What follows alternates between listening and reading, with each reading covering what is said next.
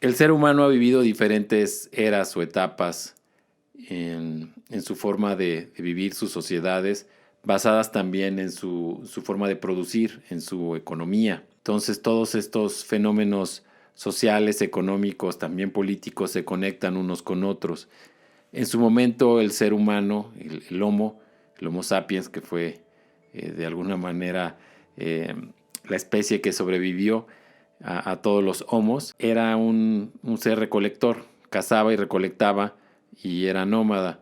Posteriormente, con la revolución agrícola, se empiezan a establecer ya ciudades como tal, empieza a haber ya sociedades más complejas, más grandes, y es a finales del siglo XVIII en Inglaterra cuando se da la revolución industrial y la máquina sustituye al hombre en ciertas industrias, empezando por la textil, y esta revolución industrial luego va caminando a la máquina de vapor, a los transportes, etcétera.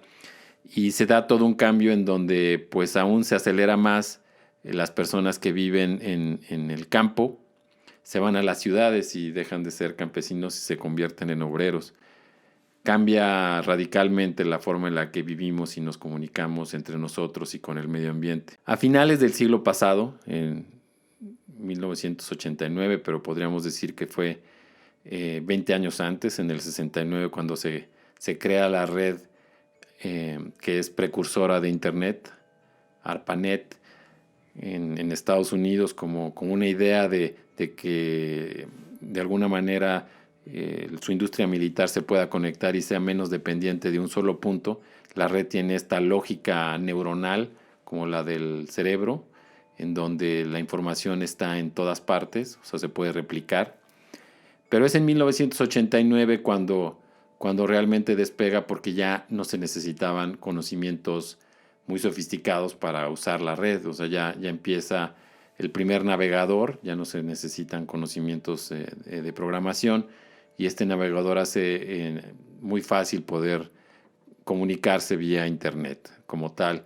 Entonces nace WWW, World Wide Web, y posteriormente, en 2009, es una empresa comercial, una cadena comercial, la que revoluciona curiosamente la forma en la que se utilizan las computadoras y se crea la nube. Es Amazon el que crea la nube, y entramos a una nueva era del conocimiento en donde realmente cambia para siempre la forma en la que vivimos gracias a la tecnología, y comienza de una manera acelerada la revolución industrial. Pero bueno, ¿cómo era el trabajo en el siglo pasado, en el siglo XX? Las estructuras de autoridad y control eran estables, era más o menos seguro trabajar en una empresa, podías trabajar en la misma empresa toda tu vida y te podías retirar y te podías jubilar o pensionar por la misma. Los trabajos eran en una fábrica, en ese sentido estaban definidos, estaba definido el lugar donde ibas a trabajar, los horarios de lunes a viernes, ciertos horarios, y estaban definidos también los puestos, quién era el jefe, quién era el obrero, quién era el supervisor.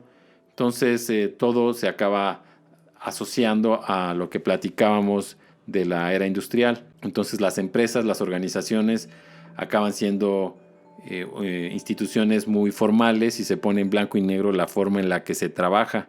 Todo, decíamos, era muy definido. Pero bueno, pues al igual que lo estipuló en su momento el biólogo inglés Charles Darwin, las especies que sobreviven no son las más fuertes o las más inteligentes, sino son las que más rápido se adaptan al cambio. Entonces, a finales del siglo XX, comentábamos, se empieza a dar un cambio, y ya lo que era la era industrial pasa a una era del conocimiento. Entonces estamos, podríamos decir, en un nuevo entorno, y no es una época de cambio, sino es un cambio realmente de época lo que estamos empezando a vivir, la forma en la que nos comunicamos, consumimos y sabemos más en general.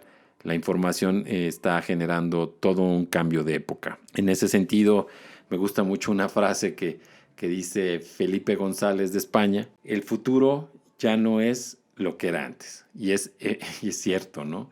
Realmente las cosas se están acelerando y los cambios se están dando mucho más rápido, y lo que nosotros pensábamos que iba a ser el futuro se está dando en mucho menos tiempo, y eso incluye la forma en la que esta tecnología digital se está revolucionando, pero también el efecto que está ocasionando la forma en la que consumimos recursos del planeta con el cambio climático, por ejemplo. Carlos Monsiváis lo decía de una manera a lo mejor un poquito eh, más chistosa. Decía, no, o no entiendo lo que está pasando o ya pasó lo que estaba entendiendo. Y eso es cierto. El cambio se va dando como por olas y esta ola eventualmente nos puede revolcar a las empresas en las que estamos trabajando, porque las máquinas y la revolución tecnológica están generando una inteligencia cada vez mayor y están sustituyendo también al ser humano. Entonces, por eso es la necesidad de tener líderes transformacionales, líderes con gran sentido humano que conozcan a profundidad el trabajo y las personas para que no sea una máquina la que pueda sustituir tu labor,